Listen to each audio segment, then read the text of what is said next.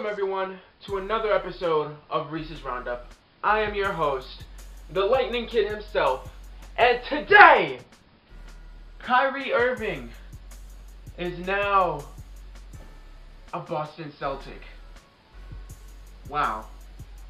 Now, if you guys remember my my NBA offseason video, I mentioned that I don't think Kyrie will go anywhere, and if he does end up somewhere, it would be with the Spurs, but the Cavs decided to move him to a rival team. A rival team. Okay, well, pros and cons about Kyrie Irving going to the Boston Celtics. Pros, you gained a lot. Cleveland did. They got Jay Crowder, who's a solid shooting guard, small forward who can also play power if needed. I hear he's a okay defender. He can shoot from the three. He's got good range. I'll give it to them for that. They got a draft pick. They got a prospect in what's his name, Zizic or whatever, however you pronounce it. And they also got Isaiah Thomas. Now Isaiah Thomas, for me, is exactly like Kyrie Irving, just shorter. He can score. He can. I would say Isaiah can pass a little better than Kyrie, a little better. He can drive. He can get to the free throw line. He can shoot. I don't know if I mentioned that already.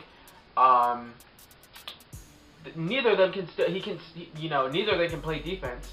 So I think they got the same version of Kyrie, just shorter. They lost a guy that can. Kyrie's a great finisher to the rim. He's a killer. He's got that killer instinct, or so I would think. That since he had LeBron on his team, so we'll see what happens with Irving, with Boston now that he's got his own team to handle. But cons. This was a loss for the Celtics. Not gonna lie. I sat there last night thinking, wow, the Cavs are idiots. But now I'm kicking back and I'm realizing that it was the Celtics that were idiots. They gave up Isaiah Thomas. They gave up Jay Crowder. They gave up a draft pick. And they gave up a prospect. The prospect might be a bum. Who knows how he'll turn out. But they lost some key players for one guy who we're not too sure can handle a team on his own. Most of us already think that he can't handle a team on his own. Hint, hint, Cavaliers back in 2011 to 2013. Hint, hint, Cavaliers record when LeBron sits on the bench. So, all they got is Gordon Hayward, Marcus Morris, Marcus Smart. Is it Markieff or Marcus Morris? Markieff Morris, Marcus Smart, Al Horford, and then some no-name center who people think might be good, might not be good. We'll see when it comes.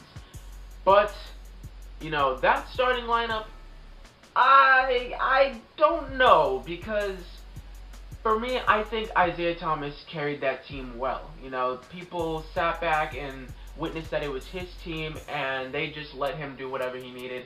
All he needed was that extra score in order for him to, really take over. But now they got, and since they got Gordon Hayward, that was going to be the team to beat. Now they got Kyrie, who we're not too sure can handle a team on his own.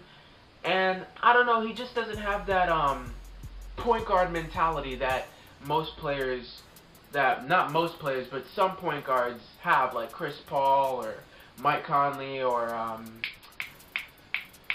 who's the other guy? Who's the guy that passes a lot too? John Wall, Rajon Rondo. So I don't know about Irving. I think he'll do worse with the team he has now than he did with Cleveland, because with Cleveland you got LeBron on your team, you're gonna ball out no matter who you are.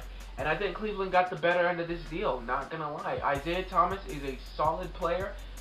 He didn't really do anything when he was in Sacramento or Phoenix, but this Boston was his calling, and losing him in Boston to Cleveland was, I don't know if that'll make him go back to his old ways when he was a bum in Phoenix and in Sacramento, but we'll see, because like I said, LeBron can make any other player great. You know, I guarantee, I promise if it was Derrick Rose being the starting point guard, they would have still gotten to the finals. So with Thomas, who can drop damn near 30 points per game, and will actually pass the ball instead of, you know, Kyrie wanting to take over 24/7, I think this will work out for Cleveland. But Cavs fans, Celtics fans, don't worry too much, because I do feel like even though Kyrie has a lot to prove now in Boston, I think he will prove a little. You know, he'll drop 26, 27 points per game. I don't think his assists will go up, but I don't know. I think part of me wants to say that Boston will get exposed, Kyrie especially, but part of me thinks that Boston will be just fine because, like I was saying earlier, it's the same player. You know, they got Isaiah Thomas 2.0, but taller, because neither of them can defend. They can both shoot really, really well. Kyrie's a better driver, finisher than Isaiah, but Isaiah's a better passer than Kyrie.